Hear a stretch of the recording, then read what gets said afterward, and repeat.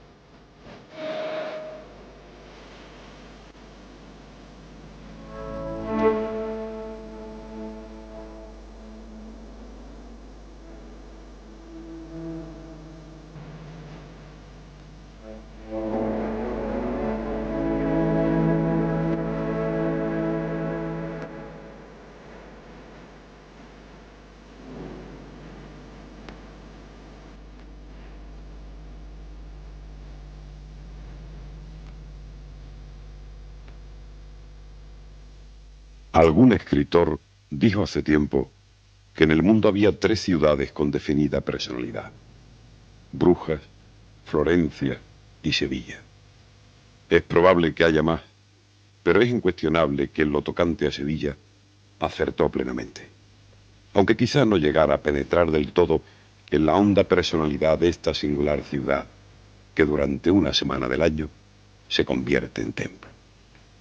Sevilla es excepcional por su trazado urbanístico peculiar.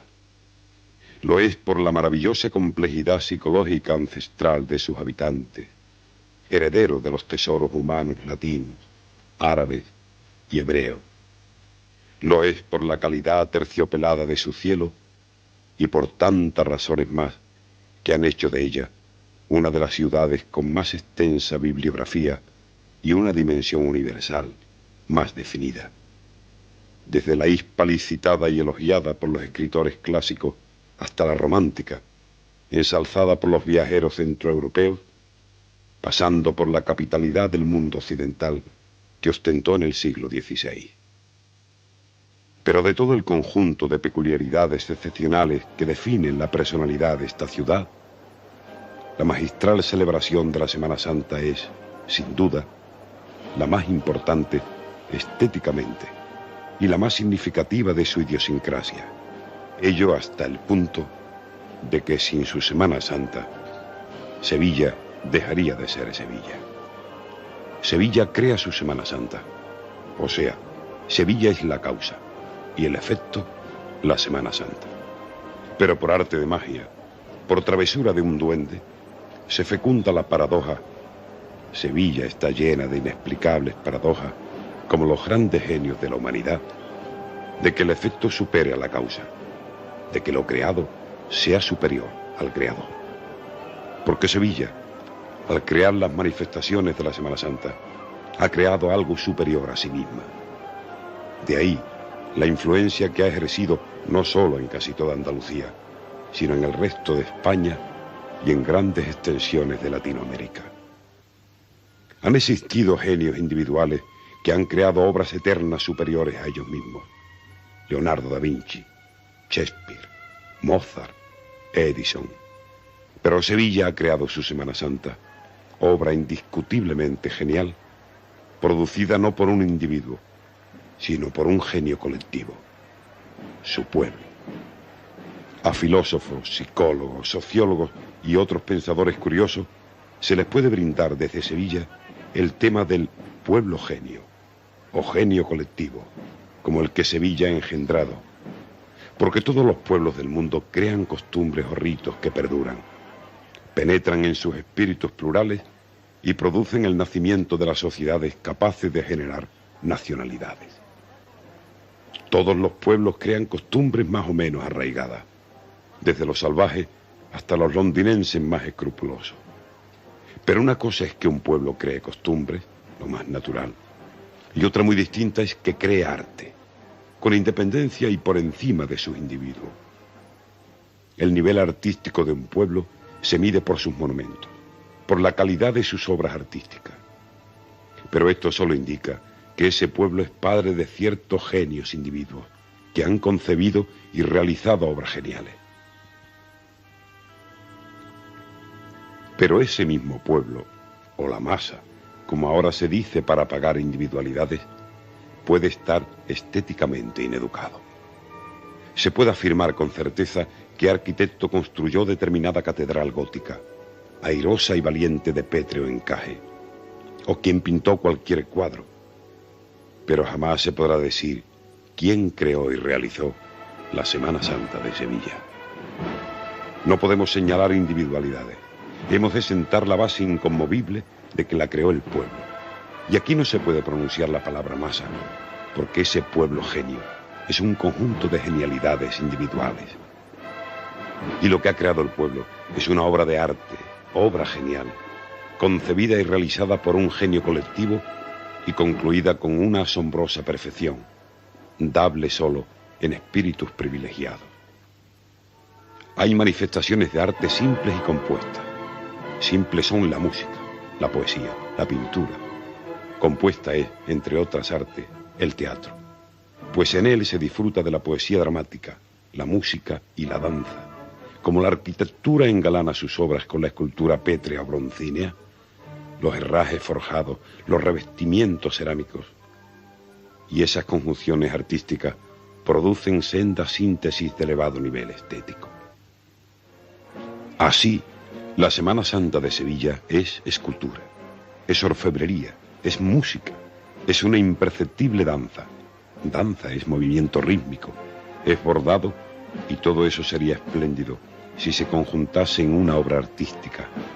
Pero no produciría la Semana Santa, porque esta resulta ser una música sin instrumentos ni tempo convencionales, perfume sin predeterminar, arquitectura la de la ciudad, plástica la espontánea formada por la composición de volúmenes, masas y diversos elementos de color en cada lugar y tiempo, en los rincones más insólitos y sorprendentes y en los instantes más imprevisibles.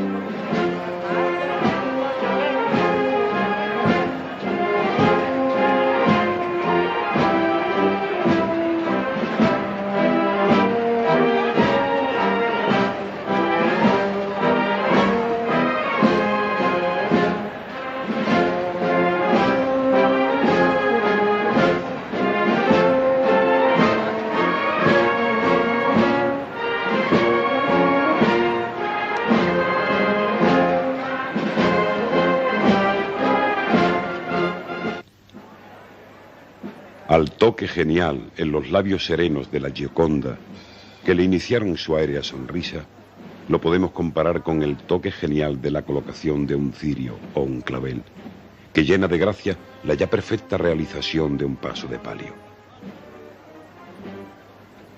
Y así como a la Gioconda le faltaría algo sin su sonrisa de misterioso efecto, también a un paso le faltaría algo sin el enigmático impacto de ese insignificante clavel o de ese humilde cirio genialmente colocado. No hablemos de las obras artísticas de genios individuales, Martínez Montañés, Juan de Mesa o La Roldana, por poner tres ejemplos, porque conocemos la personalidad del artífice. Señalemos con el relieve que merecen al modesto oficinista o al humilde artesano, que no saben distinguir si un cuadro es de la escuela italiana o flamenca, si una sonata es de Beethoven o de Chopin, o si unos versos son alejandrinos o endecasílabos, pero que aciertan a concluir con precisión inigualable la complicadísima métrica de ese soneto trémulo y luminoso, que es un paso de palio, donde no puede haber ni una sílaba de más, ni un acento mal colocado. La celebración de la Semana Santa en Sevilla acusa tal complejidad y alcanza tan depurada madurez estética que es innegable resultado de una minuciosa evolución. En efecto, las procesiones de penitencia en su origen no eran como las vemos ahora. Ese pueblo creador no se endiosó ordenando al caos cósmico, hágase la Semana Santa, y la Semana Santa se hizo de la nada. Ese pueblo creador, inteligente y sensible al máximo, fue concibiendo poco a poco, paso a paso, nunca mejor dicho, cada uno de los más nimios detalles del cortejo procesional que hoy admiramos. Y esta constante evolución la podemos extender a lo largo de 5 siglos, nada menos. Una obra humana que posee unos orígenes tan antiguos debe atesorar una experiencia excepcional y obliga a considerarla con el mayor respeto, aunque quienes no la conozcan a fondo e ignoren la idiosincrasia andaluza puedan encontrar en ella elementos discordantes. Pocas generaciones después de la recristianización de la ciudad, se da por fundada la primera cofradía, la de Jesús Nazareno. Era a mediados del siglo XIV, escasamente a 100 años de la conquista alcanzada por Fernando III. Durante la Edad Media, se crean numerosas asociaciones piadosas llamadas confraternidades o cofradías, de frecuente origen gremial, que en el triduo sacro de la Semana Santa y como culminación del ascetismo cultural, salían a la calle y hacían pública penitencia. En el siglo XVI son ya habituales las cofradías de sangre, con penitentes que se flagelaban las espaldas, ensangrentándoselas. Pasada la mitad del siglo XVI, y como en Sevilla prendiera la reforma luterana, la Iglesia pone en práctica las normas contrarreformistas del Concilio de Trento y propugna el culto a las imágenes, en respuesta a las doctrinas iconoclastas protestantes, y para el ejercicio pastoral estimula la representación callejera de los misterios de la pasión y muerte de Jesús. Así, entre 1549 y 1560 se fundan las siguientes cofradías de misterio: Coronación, Entrada en Jerusalén, Iniesta, Oración en el Huerto, Carretería, Sagrada Mortaja y Sagrado Decreto. Entre 1561 y 1580 se fundan la Columna y Azotes, Sagrada Cena, Santo Entierro, Nuestra Señora de la Presentación y Prendimiento. Y hasta finales del siglo XVI aparecen las de Jesús ante Anás, Cristo de Burgos, Lanzada, Exaltación, Montserrat, Macarena y Tres Caídas de Triana. Entre las citadas y otras más antiguas, que no representaban misterios de la pasión, sino que veneraban imágenes bajo devota vocación, como las del Gran Poder, Pasión y Negrito, y las numerosas ya extinguidas, sumaban un número tal que la jerarquía eclesiástica estimaba excesivo. Ello creó problemas de tránsito procesional, pues cada cofradía hacía estación a 5 templos, organizando su itinerario sin contar con las demás, produciéndose encuentros en calles angostas que derivaban en graves alteraciones de orden público, con sangrientos resultados, cuyo remedio precisó una disposición sinodal del cardenal arzobispo de Sevilla, don Fernando Niño de Guevara, fechada en 1604, y que obligaba a todas las cofradías a hacer estación a la catedral, y no a las 5 o 7 iglesias elegidas por las mismas corporaciones, como hasta entonces hacían. En ese año de 1604 surgieron, pues, los primeros horarios e itinerarios de obligado cumplimiento con los días y las horas, y la primera carrera oficial de cerrajería a La Salvador, pasando por San Francisco y Catedral. Esta circunstancia creó inmediatamente una emulación colectiva, porque la procesión sería presenciada por el propio señor arzobispo y el gremio quería competir con los demás. y porque al sucederse las procesiones en espacio y tiempo, los fieles ciudadanos se congregaban en determinadas calles a unas horas previstas y en unos días concretos, que eran miércoles, jueves y viernes santo. Lo cual comenzó a convertir la original procesión penitencial de disciplinantes en un espectáculo santo edificante, de eficacia postridentina probada, pero espectáculo al fin. Esto creó una emulación que disparó los signos externos del cortejo, cristalizando en riqueza material, en insignias y pasos, y en encargos de imágenes a los más acreditados escultores, pasando a segundo término la austera penitencia de los disciplinantes, fluyendo la conmemoración de la Semana Santa en dirección muy distinta a la penitencial castellana y encauzada hacia un concepto popular autóctono que es legítimo antepasado de las cofradías actuales. El consiguiente declive de los disciplinantes de sangre o flagelantes es lógico, porque tal ejercicio penitencial es una reliquia medieval, y entre la Baja Edad Media y el barroco naciente, a principios del siglo XVII, discurre un renacimiento, una toma de postura ante la vida que alteró muchas costumbres.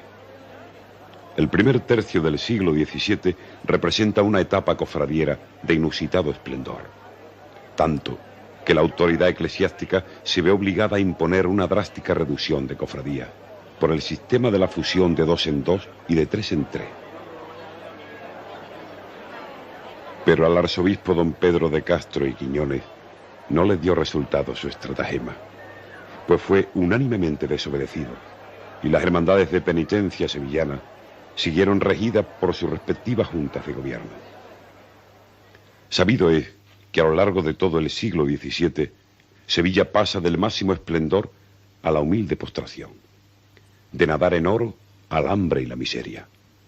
Una cadena de calamidades fortuitas como sequías, inundaciones y epidemias se unieron a la defectuosa gestión financiera que provocó repetida devaluación de la moneda de vellón, generando espantosas situaciones de hambre.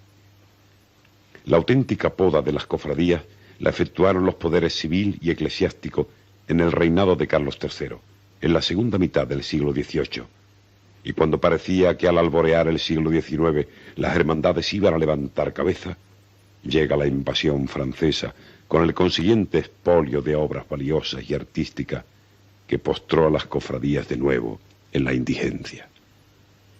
Los violentos avatares políticos y sociales que caracterizan al siglo XIX repercuten directamente en la vida de las cofradías, sufriendo desde desamortizaciones hasta revoluciones.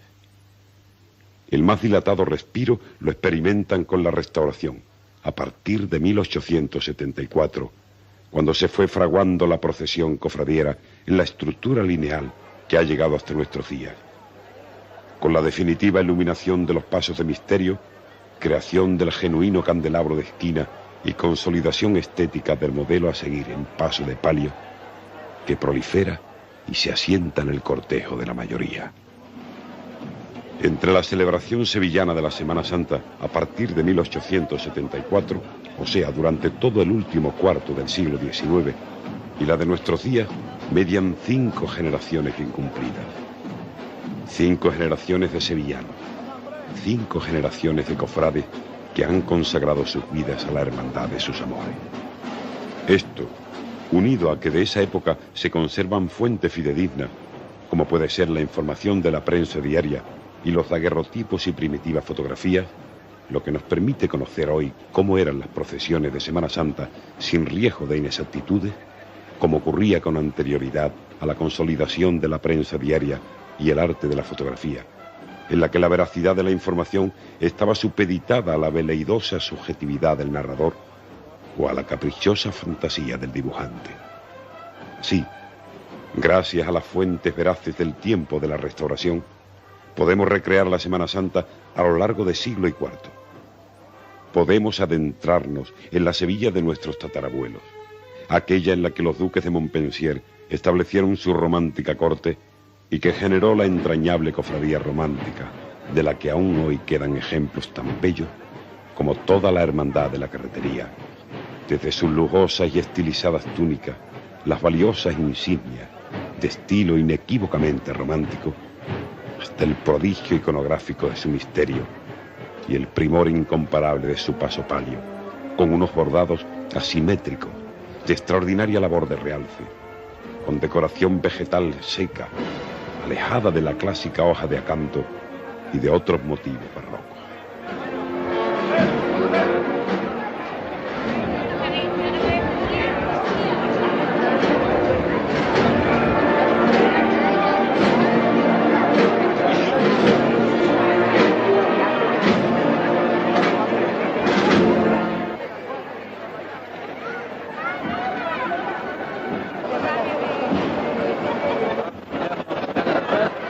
Como la cofradía de Montserrat, cuya dolorosa luz es regio manto de la época, que constituye joya impar de tan sevillano arte.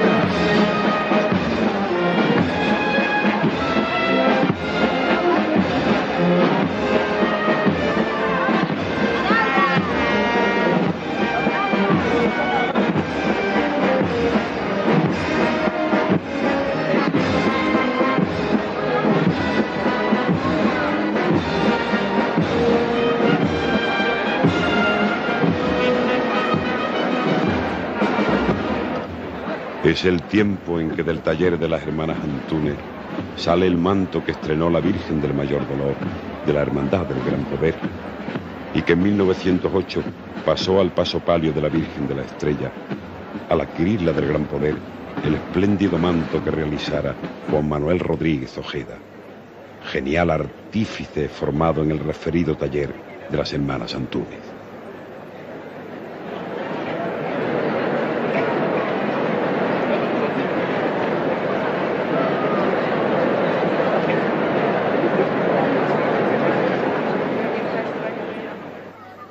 Es el tiempo en que se instalan los primeros palcos en la plaza de San Francisco. La carrera oficial se extiende en su inicio hasta la Campana y con el establecimiento de la vía férrea Madrid-Cádiz, la Semana Santa adquiere una nueva dimensión, la turística, con todo lo que estética y económicamente iba a representar tal circunstancia innovadora en la vida de la ciudad y en la proyección exterior de la Semana Santa, que se tradujo en una espectacular difusión, con la consiguiente influencia en las celebraciones de numerosas localidades andaluzas y del resto de la península. Encontraremos en estas imágenes recopiladas la provinciana Sevilla del 98, la adormecida Sevilla de principios de siglo, la ilusionada ciudad ante el fabuloso evento de la Exposición Iberoamericana del 29,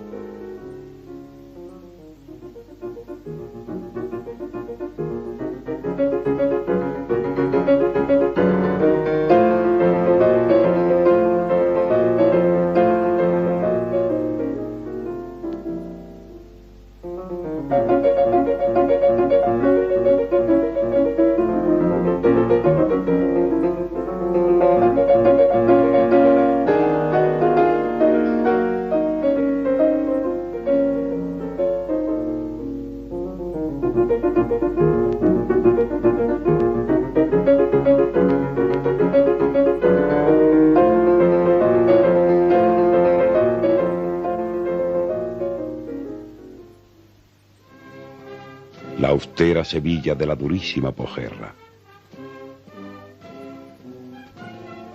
Y la ciudad y sus cofradías que los últimos 50 años han recorrido un camino excepcionalmente meritorio, hasta llegar a esa explosión de arte popular que es la Semana Santa de este final de siglo.